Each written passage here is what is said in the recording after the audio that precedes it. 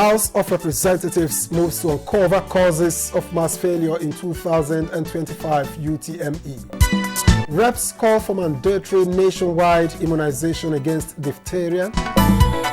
And lawmakers shut down bill on rotational presidency.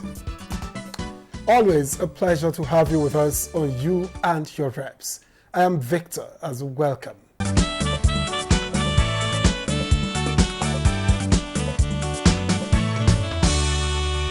Concerned by the alarming failure rate in the 2025 Unified Tertiary Matriculation Examination, the House of Representatives has launched a probe into the root causes.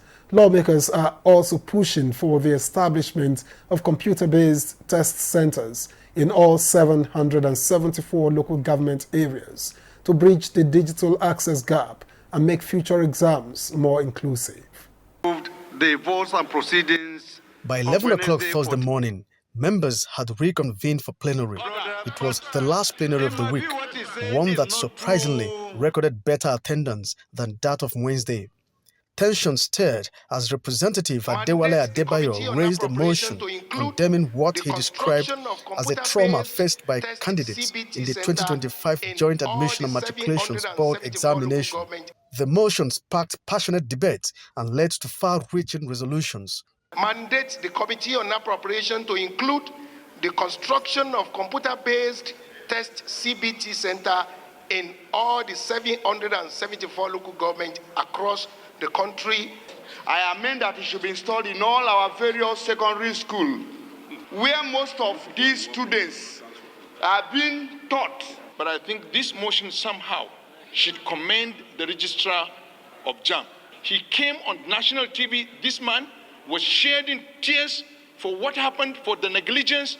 We are all saying investigate and let the House know what has happened and who to blame for. So I think the motion is in order as well. The Electoral Act 2022 came under fresh scrutiny as the bill for the amendment of the Act, sponsored by Speaker Tajuddin Abbas and Representative Daniel Asama, passed second reading. It seeks to make voting by all adults in Nigeria mandatory. The bill, sponsored by Representative Kafilat Obara from Lagos State for the establishment of a National Child Protection and Enforcement Agency, passed second reading. Mandatory voting can significantly reduce the influence of vote buying as more citizens will be participating. And to provide necessary protection and care for the Nigerian child. The House passed 124.2 billion naira 2024 budget of the Nigeria Police Trust Fund. On the political front, the echo of defections continued. 3 members, Oluwaloke from Osun State, defected from PDP to APC. Kabir Al-Hassan and Abdullahi Sani, all from Kano State, switched allegiance to the ruling All Progressives Congress from their former party, the NNPP.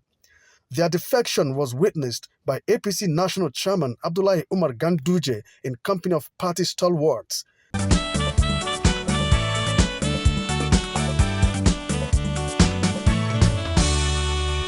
Amid rising concerns over the resurgence of a deadly infection, the House of Representatives has called for compulsory nationwide immunization against diphtheria.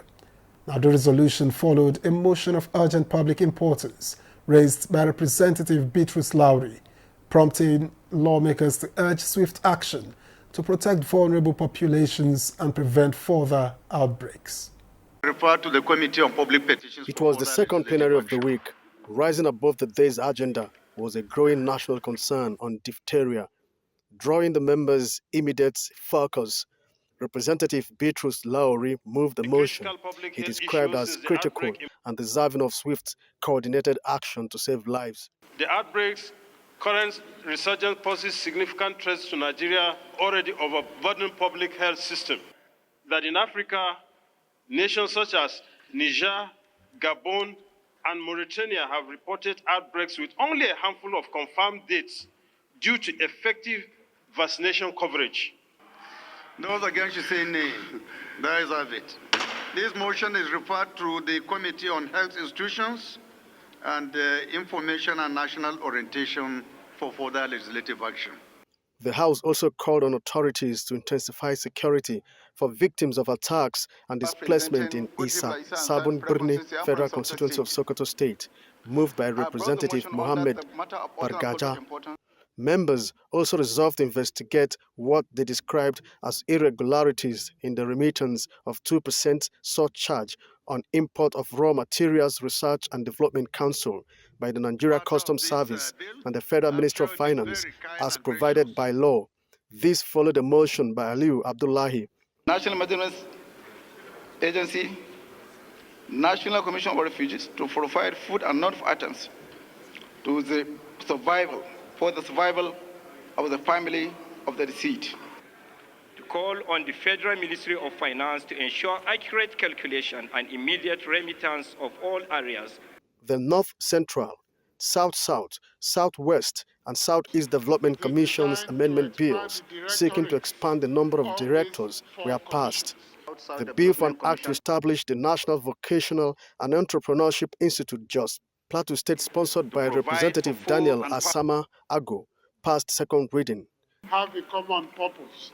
It is designed to expand the directorates of these 4 commissions. An Entrepreneurship Institute JOS, Plateau State, to provide for full and part-time courses of instruction in different fields of studies.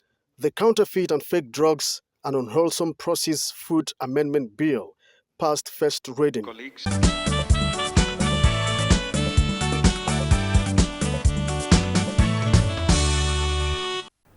A proposal seeking to rotate Nigeria's presidency among the 6 geopolitical zones has hit a brick wall in the House of Representatives. The Constitution Alteration Bill championed by Deputy Speaker Benjamin Kalu failed to secure enough support during its second reading, cut short by a resounding voice vote against it on the floor. Now, the debate sparked passionate arguments, but in the end, the gavel fell against the motion. The House resumes consideration of constitution alteration bills, and House Leader Julius Ihondure presents 7 of them for simultaneous consideration for second reading. Lawmakers pick interest on the bill seeking rotation of the office of president among the 6 geopolitical zones, with some argument that it will address perceived marginalization. Especially the minority zones in the region, in Nigeria, which if the presidency of this nation and the vice presidency of this nation is allowed to be struggled in terms of election, they will not have a chance of getting to that climax. The rotation should go down to the governorship in all the states. Mr. Speaker, I believe every zone of the country have people with capacity. Even in this National Assembly, the speakership and the deputy speakership will zone.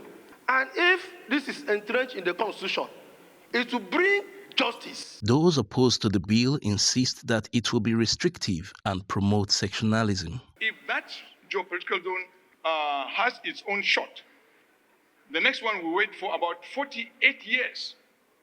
Regardless of the quality of people we'll have in that zone, this country will lose that opportunity of bringing people that will render public service for this country just because of regional affiliation. In every political parties, there is an arrangement that North will do this term, the South will do this term. So I believe this is something that we must not put in our constitution. Are we going to force parties to actually pick someone from each region? How many parties do we have? Those support of the motion from 1 to 7 to progress to constitutional review, say aye. Those against, say nay. The nays have it. That rejection also affects 6 other bills for second reading, including a bill seeking to strip INEC of powers to register political parties, and another bill to provide for Office of the State Auditors General for local governments and the FCT area councils. In order not to throw away the baby with the bathwater, the House takes a decision. I move that we rescind that decision and the question be put per bill. Let us rescind by tomorrow and take care of all this one after the other. In a separate resolution, the House mandates its Committee on Basic Education to invite the management of the Universal Basic Education Commission, UBEC, to provide report on implementation of free and compulsory education for every child in Nigeria.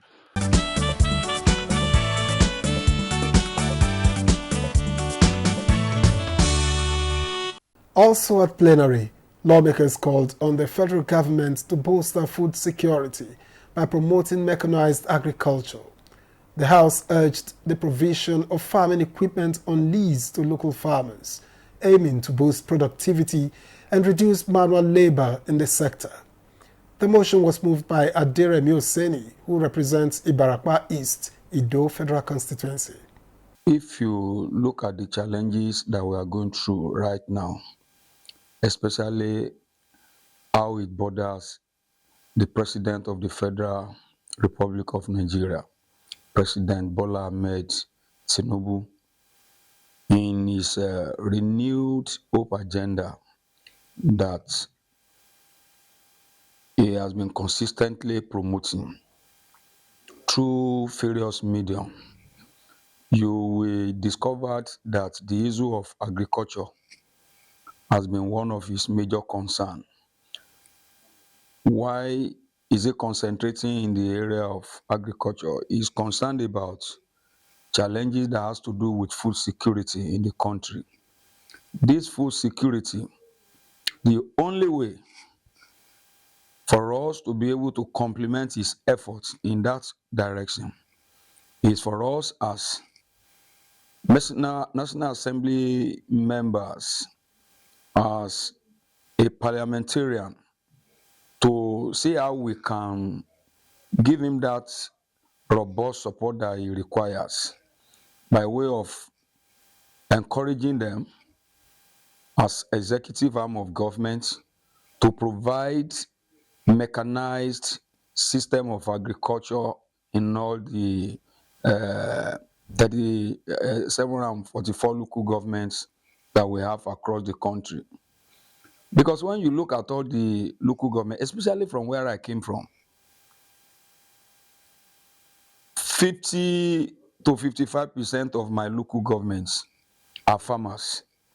And the complaint has always been lack of equipment, lack of the right machinery for them to be able to get the work done in order for them to be able to be more productive in the area of farming activities. Two, as a nation, mechanized farming cannot be overemphasized, and that is the only solution to abundant food security. When you look at developed countries where you have the issue of sufficient food supplies, the only approach for them to achieve this was through mechanized system of farming. So if you look at our farmers in the villages or in all the local governments where we have rural farmers, majority of them are struggling. They labor more than necessary to get the little they are producing produced. But when these equipments are available, I can assure you, one, it will reduce unnecessary pain that they are going through in the course of their farming activities. Two, it will generate employment to our youths, because most of our youths who are supposed to go into farming, they can't go through the process that our parents went through in the course of their farming activities.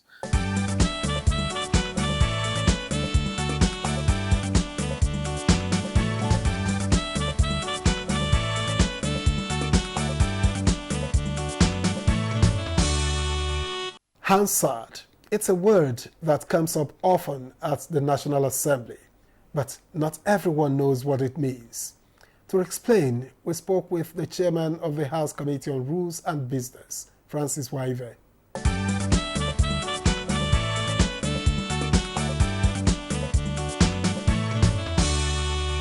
It is the record of the debates, the proceedings of the House of Representatives, also of the Senate, of every parliament.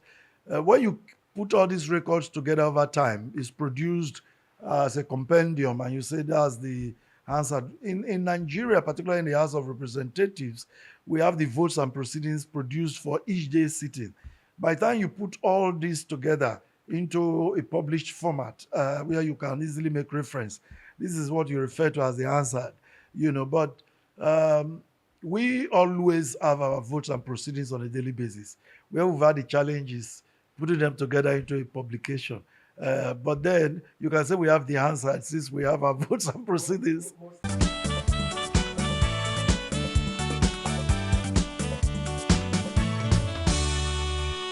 As the 10th House of Representatives nears its second anniversary, again, you and your reps sat down with Aderemi Oseni, chairman of the House Committee on FERMA, to reflect on the journey so far.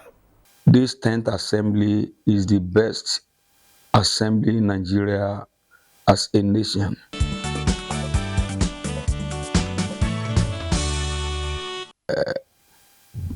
Return of the country to democracy. We have been involved directly or indirectly before now. But as of today, I am personally involved. There is no organization that can grow beyond its leadership. The success of any organization is a function of the leadership or the capacity of the management.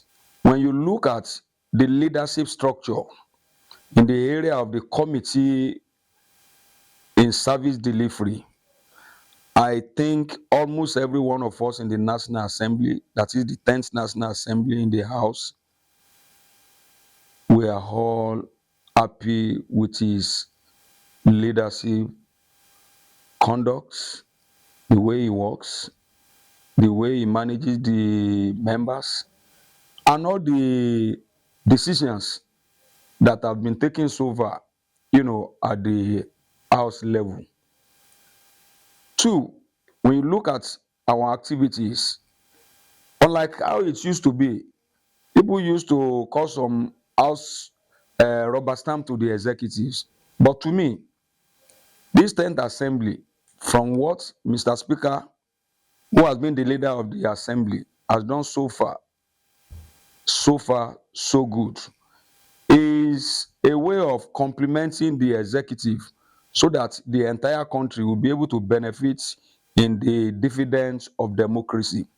In the area of bills, in the area of policies that they were bringing to the National Assembly were gladly received, and we were giving them the support that is needed for the benefit of Nigerians as a whole. The President of the Federal Republic of Nigeria, President Bola Ahmed Tinubu, in his own sincere attitude, brought student loan idea to the National Assembly. I can tell you the type of support that bill received was an unprecedented one. He brought in the idea of Ministry of Livestock. It was equally giving sufficient support to ensure that livestock is, given the rightful place in the affair of the country.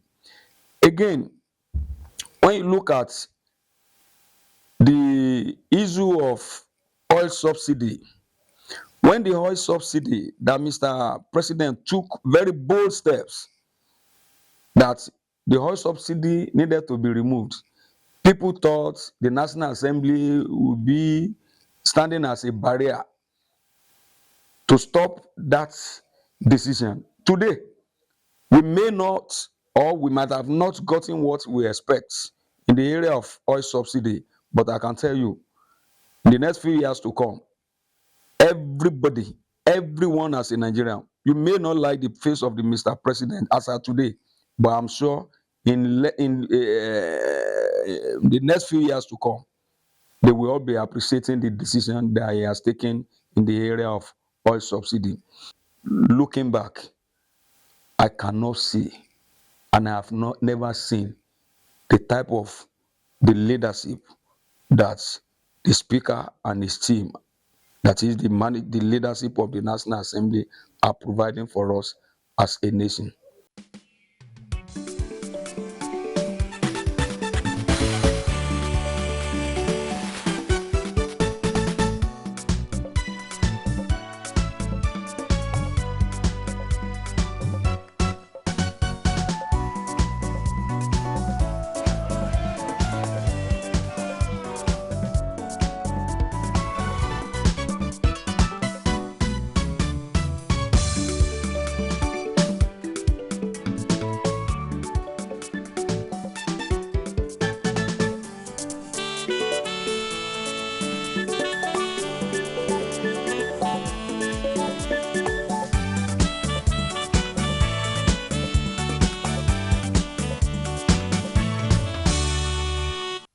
Following the defection of all Delta State PDP members of the House to the APC, we sat down with the state's longest-serving APC member, Francis Waive, to share the mood within the caucus.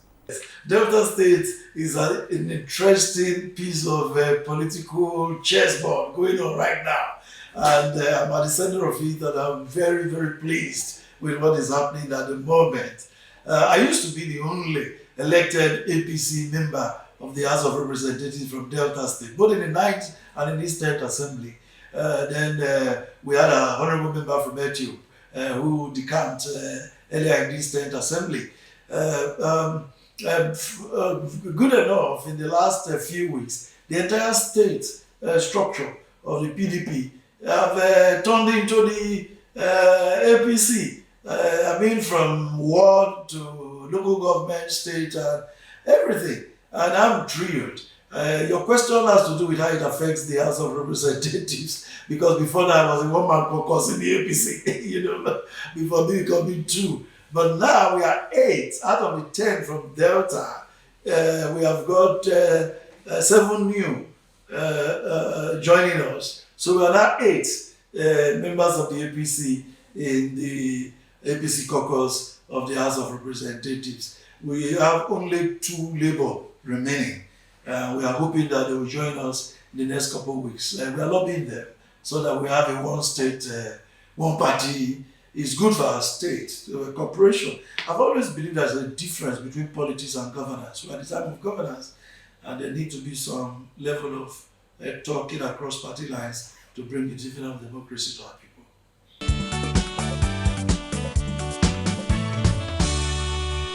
There is not going to be any restructuring in the sense that before now I was a lone man.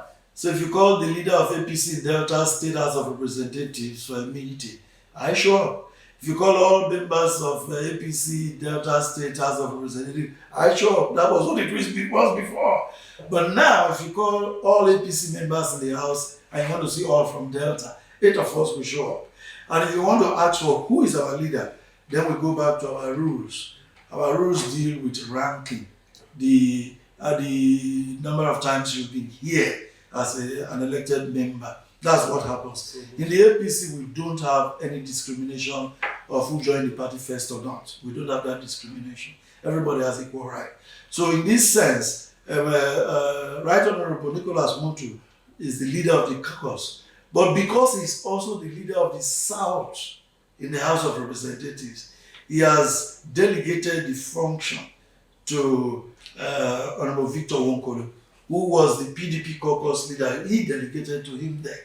He has also delegated to him even now, because other than Mutu, the next ranking is Victor Wonkolo before Pondi. I think they are the only 3 persons who are more ranking than myself. So at that point, the status quo appears to remain. But I'm pleased that we are all members of one political party, and we are going to face 2027 and then do things here together in unity.